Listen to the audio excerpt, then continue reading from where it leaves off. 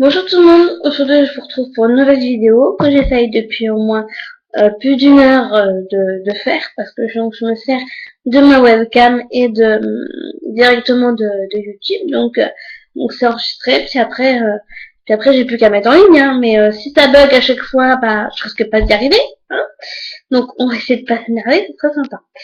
Alors je vous retrouve aujourd'hui pour une nouvelle revue, donc vous reconnaissez la pochette. Hein, sa contenance plus claire, excusez-moi, qui est donc le troisième tome. Donc on retrouve Anna et Christian après leur mariage, donc ils ont une super lune de miel, croisière sur un yacht et tout. Ils traversent plein de pays, la France, enfin plein de pays et tout. Et donc ils reviennent à Seattle. Et là, c'est le drame. Non, je rigole. Non, sérieusement, c'est le drame, entre guillemets, parce qu'il va se passer quelque chose. Ils enquêtent déjà toujours sur ce qui s'est passé par rapport à l'hélicoptère de Christian la dernière fois, Charlie Tango, qui c'est le nom de l'hélicoptère. Au deuxième tome, je sais plus si vous vous rappelez, mais il y a eu un accident d'hélico et Anna croit qu'elle va perdre Christian. Et donc, en fait, ils essaient toujours de savoir qui c'est. Et en fait, là, il va se passer quelque chose. Il va se passer un incendie qu'on découvrira que c'est un incendie criminel dans les locaux de l'entreprise de Christian. Donc, voilà, ça ne fera pas de victimes. Hein. Il n'y a pas autant de dégâts qu'on pensait. Mais c'est dans la salle des serveurs, donc la salle informatique, hein, des bureaux de Christian. Et on finira par découvrir un peu qui c'est, parce que forcément, c'est un incendie criminel, donc forcément, il y a des suspects. Enfin, il y a un suspect. Et, euh, et en plus, après ça, quelques jours plus tard, si je me souviens bien, ils se font suivre. Christian et Anna se font suivre par une voiture. Et ils pensent que c'est une femme, mais en fait, pas du tout. Ils vont découvrir grâce aux vidéosurveillances qu'il y avait donc à l'entreprise et tout, puis qu'il y avait, je crois, sur un parking public, après qu'il soit fait suivre. Non, je sais plus. J'ai un doute. Bon, c'est pas grave. Tant pis. Mais je crois, de toute façon, je crois que c'est Anna qui va de toute façon reconnaître qui c'est. Parce qu'en fait, je pensais pas du tout que c'était cette personne-là. Excusez-moi. Que c'était pas du tout cette personne-là qu'on retrouvait tout à la fin du deuxième tome. Je vous dis qu'il y a la fête d'anniversaire de Christian. Je pensais pas du tout que c'était cette personne-là, mais c'est cette personne-là. En fait, c'est Jack Hyde, alias l'ex-patron d'Anna, parce que finalement Anna va finir par diriger l'entreprise, étant mariée à Christian, donc ça c'est une entreprise qui lui appartient aussi, la maison d'édition. Et donc Jack Hyde, son ancien patron, qui lui avait fait des avances auparavant dans le deuxième tome, et que Anna s'était vachement bien défendue d'ailleurs, mais bon, ça n'a pas suffi à croire, parce que donc il veut se venger. Enfin, on suppose que c'est pour ça, mais en fait pas du tout. Donc il veut se venger, donc il l'a fait suivre, etc. Euh, Anna manque de se faire kidnapper, parce que donc elle désobéit encore à Christian, de toute façon il faut toujours qu'elle le défie, hein, ça c'est pas nouveau. Elle va boire un verre avec Kate en sachant que bah il est interdit de sortir de chez elle, enfin de chez eux. Et elle désobéit. Et donc elle va boire un verre avec Kate, et puis Kate étant très fêtarde, et ben on va accumuler les verres, parce qu'au départ c'était un verre, ensuite c'est deux verres, etc. Donc un peu pompette, elle oublie le temps qui passe. Je parle de Kate, hein, pas d'Anna. Mais Anna, de toute façon, au bout d'un moment, va être pompette, mais ça c'est une autre soirée. Mais bon, enfin bon, bref. Elle manque donc de se faire kidnapper. Donc quelque part au final qu'elle n'a pas été à l'appartement, mais bon, on peut pas s'empêcher d'être sur lui après elle. Et donc c'est Jack Hyde qui a essayé de la kidnapper parce que donc Taylor et toute la clique, donc les hommes de main, si on peut dire, de Christian, parce qu'ils sont gardes du corps, ils sont chauffeurs, ils sont un peu tout à la fois, hein, ces hommes-là, vont l'intercepter, enfin vont le maîtriser et il va se retrouver complètement évanoui, enfin, inconscient, par terre, dans l'entrée de l'appartement, et en fait, ils vont voir qu'il avait tout prévu, en tout cas le gros rouleau de scotch pour pouvoir kidnapper Anna. Pour l'attacher et puis la bâillonner, on suppose. Et donc après, bah forcément la sécurité est encore pire. En tout cas là c'est ça, t'as plus que Anna, mais carrément toute la famille Grey. Ce qui donc vous aperçoit qu'ils en veulent volontairement et vraiment, véritablement à Christian. Et on ne sait toujours pas pourquoi, parce que là c'est même plus du domaine de la simple vengeance, parce que elle a pas répondu à ses avances, enfin, c'est même plus ça, ça doit être autre chose. Et donc voilà.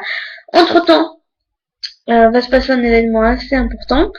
L'accident de Ray. Ray donc est le mari numéro 2 de la mère d'Anna. Ray est donc l'homme qui a reconnu Anna, enfin en tout cas qu'il a adopté, donc c'est un peu, enfin en tout cas elle porte son nom, donc c'est un peu son père en quelque sorte, de toute façon.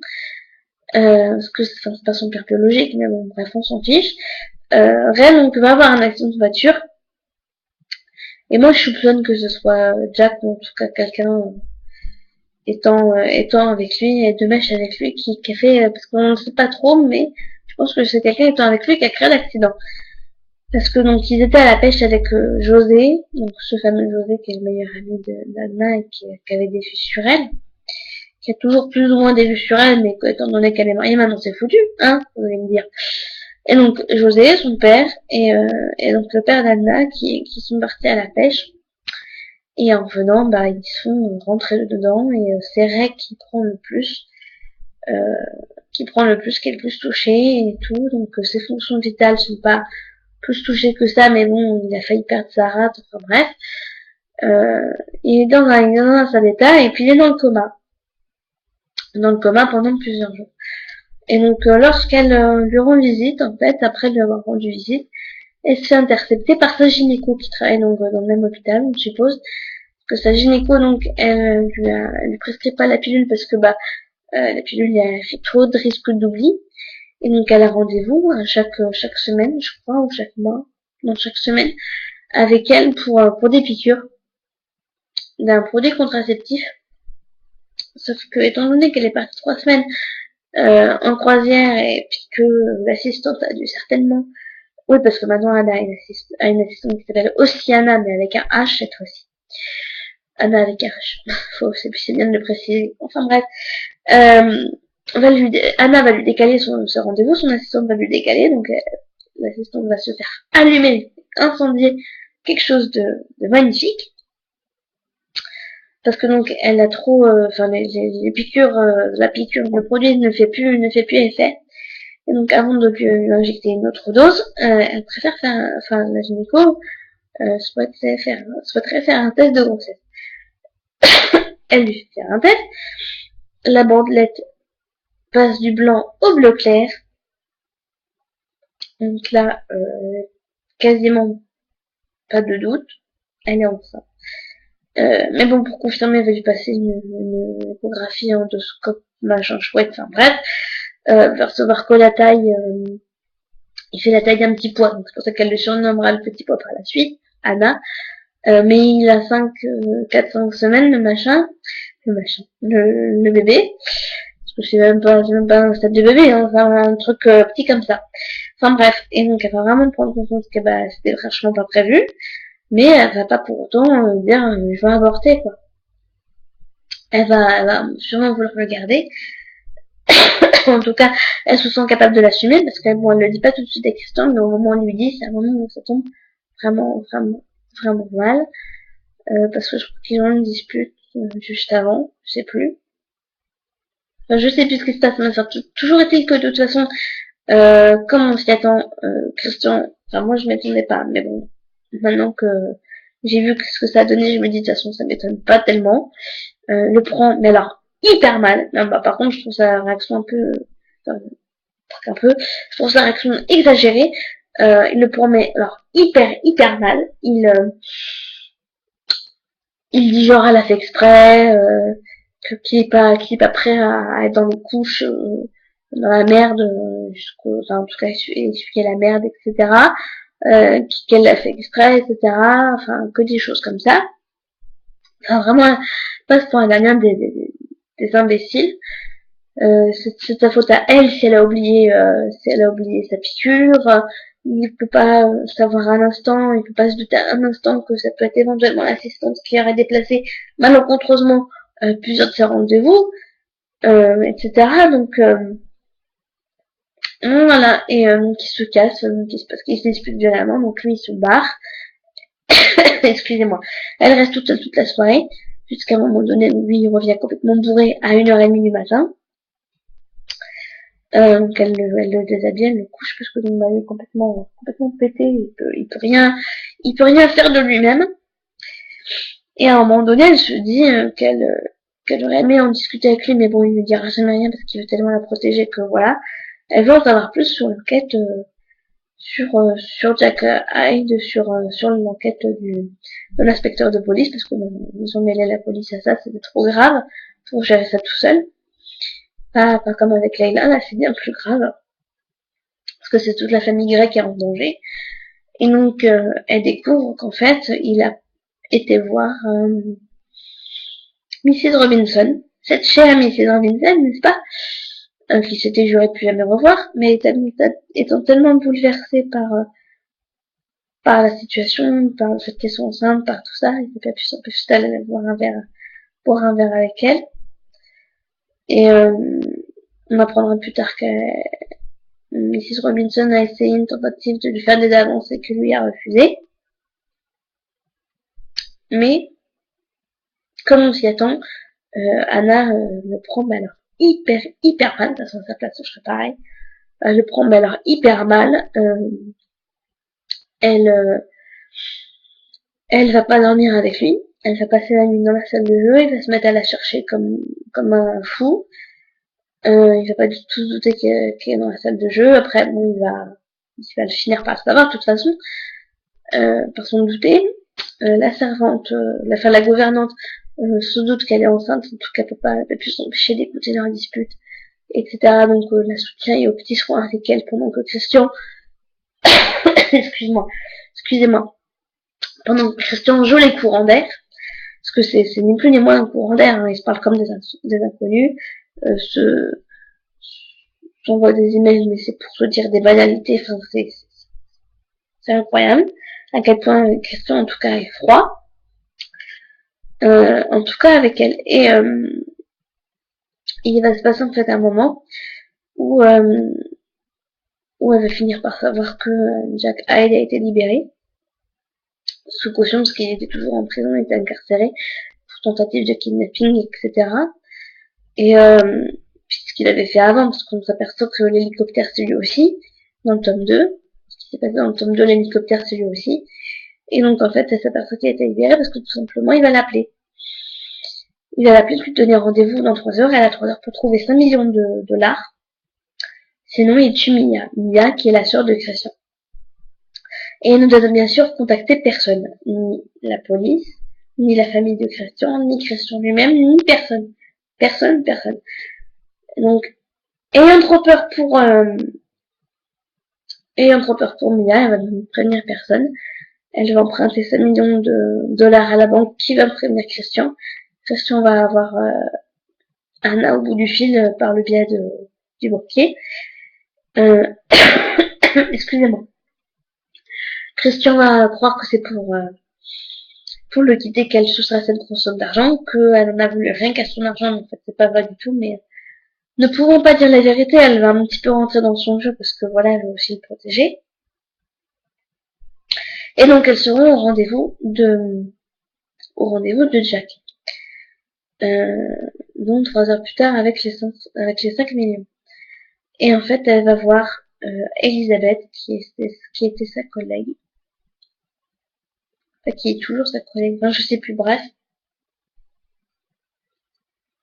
Sa collègue au boulot. Et elle va lui demander pourquoi elle a fait ça. Est-ce qu'il t'a fait du chantage? Est-ce qu'il t'a menacé? Est-ce que voilà. Parce que ce qu'on saura par la suite, c'est qu'en fait, il fait des vidéos il filme ses débats hard avec toutes ses assistantes et après il fait du chantage. il les fait chanter et tout, et après donc elle part tout au bout de 3 mois. Et donc il comptait la faire chanter aussi, je suppose, Anna, donc mais bon, elle a pas, comme je vous dis, elle a pas répondu à ses avances, donc voilà. Et donc n'empêche que donc elle va se rendre au rendez-vous, c'est Elisabeth qui va voir et tout, enfin, elle va pas savoir ce qui se passe. Elisabeth va l'emmener en voiture jusqu'à Jack, qui va se venger, la battre presque à mort parce qu'il va lui donner des coups de pied dans les côtes. Donc elle, très peur pour le bébé, etc. Coup de pied, enfin un coup de poing dans la tête ou je sais plus, enfin bref, elle va se retrouver à moitié inconsciente, à moitié morte et tout. Et donc elle va se retrouver quelques jours plus tard à l'hôpital parce que c'était jeudi et elle se réveille samedi. En plus, elle était semi-consciente parce qu'elle va entendre des bribes de conversation par-ci par-là. Oh, je suis vraiment désolée, excusez-moi. Oh là, je suis vraiment confuse. Excusez-moi, c'est pas correct ce que je fais. Je sais même pas si je vais pouvoir couper ça au montage. Enfin bref. Ou si je vais envoyer directement la vidéo. Enfin bref, en tout cas, excusez-moi. Et donc, elle se retrouve à moitié morte, elle va être à l'hôpital, va se réveiller donc le samedi. Christian va lui expliquer ce qui s'est passé, qu'elle a pas perdu le bébé, parce qu'elle avait trop peur de perdre le bébé. Christian va s'en vouloir à mort, moi elle va être furieux après elle, parce qu'elle a pris des risques inconsidérés pour sauver Mia, parce que Mia effectivement a bien été kidnappée, elle a été endormie avec du produit et compagnie, et mais Mia n'a rien, et il va la remercier et tout, mais elle est furieux après elle, parce elle a pris des risques terribles quoi, pour sauver Mia et tout. Et donc ils ont une longue discussion, comme quoi effectivement Christian pensait au départ elle le quittait vraiment. Après il s'est rendu compte qu'après c'était pas vrai. Il a capté qu'il se passe un truc vraiment grave et tout. Et enfin ils vont avoir une longue discussion par rapport à ça et tout. Et donc ils décident de garder le bébé, tous les deux. Et donc bah, ils gardent le bébé, tout se passe bien. Ray, de toute façon s'est réveillée du coma, donc voilà. Mais elle dit pas, ça qui me chagrine un peu, c'est qu'elle n'annonce pas officiellement à ses amis et à sa famille la venue du bébé. Elle n'annonce pas, et enfin, bon, quand elle leur dire, de toute façon, elle va leur dire au bout d'un moment, parce que de toute façon, dans les chapitres, c'est des années après, enfin, moins, 2 ans après, ou 1 an après, enfin, non, 2 ans après, c'est 2 ans après, de toute façon, le dernier chapitre, où elle aura un deuxième bébé. Parce que donc, forcément, comme on s'y attend, bah, la fin, c'est ils vécurent heureux et eurent beaucoup d'enfants. Et donc, bah, Christian va s'apercevoir que, bah, il l'aime, que elle l'aime, parce que il n'arrivait pas à se sentir aimé, il n'arrivait pas à penser qu'il était aimé. Et on va finir par savoir faire le rapprochement entre Christian et Jack, parce qu'il y en a un au final. En fait, ils vont s'apercevoir que, enfin, il va finir par se souvenir, parce qu'il se souvient pas du tout de cette période, mais se souvenir que il a été mis en famille d'accueil 2 mois avant d'être adopté par les Grecs, juste après qu'on l'ait retrouvé euh, à moitié mort de faim à côté du cadavre de sa mère, qui était morte depuis 3 jours, hein, rappelons-nous. Il a été adopté, il a été mis en famille d'accueil en attendant d'être adopté pendant 2 mois. Et en fait, il y a un autre garçon qui aussi est dans la même famille d'accueil que lui, qui attendait d'être adopté, et c'est Jack. Et en fait, Jack veut se venger de Christian tout simplement parce qu'il a été adopté avant lui, par une famille riche et compagnie, et que maintenant il manque de rien, tandis que lui, il a galéré pendant sûrement des années, enfin, avant de faire des études convenables et puis de devenir l'éditeur qu'il était devenu. Et tout simplement par vengeance. Et puis aussi, le mec complètement fou, qui filme toutes ses assistantes, enfin, il filme ses assistantes pour après les menacer. Et donc, ce mec était complètement fou de toute façon, mais ils ont pu donc faire le rapprochement et, excusez-moi. Et donc voilà. Donc, j'ai trouvé ce livre hyper bien, franchement, par rapport au premier, au deuxième. Au premier où je me suis presque ennuyée, sauf à la fin, et au deuxième, je vous dis, à la fin, Voilà, enfin il s'est passé quelques trucs, mais enfin voilà. Le troisième est franchement, le meilleur des trois. Franchement, je vous dis, il est tout simplement génial ce bouquin. Je vous conseille franchement la trilogie, c'est vraiment super. Donc voilà, j'espère que je vous ai pas trop embrouillé ni quoi que ce soit. Pardon d'avoir baillé tout à l'heure. Franchement, c'est pas une question de fatigue, mais c'est ce truc pourri, je vous dis, qui fatigue, qui mine le moral, qui voilà. Je sais pas quel temps vous avez par chez vous, mais bon, chez moi il fait hyper gris, etc. Donc c'est vraiment pas génial. J'espère de tout cœur pouvoir ce mercredi, filmer en extérieur parce que je vais faire un vlog, un nouveau vlog, mais en extérieur. Donc ça, une partie en tout cas sera en extérieur. J'espère réussir à faire le montage et tout avec le logiciel que j'ai. Là, je fais une vidéo sans montage parce que j'ai pas envie, et puis parce que voilà. C'est juste une revue livre comme ça, et puis toute simple, sans, excusez-moi, sans prise de tête. Donc voilà. J'espère franchement que cette vidéo vous a plu. J'espère que ça vous a pas trop saoulé. Si vous avez des questions, n'hésitez pas, mettez-les en commentaire. Tout sera dans la barre d'infos. Mon Facebook, ma page Facebook littéraire Juju Booking sera aussi en barre d'infos. Mon blog sera en barre d'infos, mon blog perso et mon blog littéraire. Alors, petit message à la jante masculine. Je précise bien, j'en profite pour le faire maintenant. Que ce soit mes deux blogs, ma page Facebook, mon compte Facebook ou même mes emails, hein, tant qu'à faire. Je sais que j'ai mis des vidéos de mon shooting professionnel que j'ai eu gratuitement par un photographe suite au concours où j'ai participé. Je sais que c'est des photos de professionnels et que je suis jolie dessus. Je vous remercie de me trouver super jolie dessus. Je vous remercie de mes compliments et je vous remercie de l'intérêt que vous portez à ces photos. Simplement, s'il vous plaît, évitez de prendre mon blog et mon Facebook pour un site de rencontre. Je vous remercie beaucoup parce que donc je ne suis pas célibataire, hein. J'ai cette bague qui le prouve, hein. Je suis fiancée, cette bague le prouve, hein. C'est pas du toc, c'est pas une bague prise dans un petit distributeur à bonbons, hein. Qu'on soit clair, c'est pas un site de rencontre. Si vous voulez venir me voir à mon Facebook, c'est que mes vidéos vous intéressent et que vous avez envie de faire connaissance avec moi, mais juste amicalement, qu'on soit bien clair.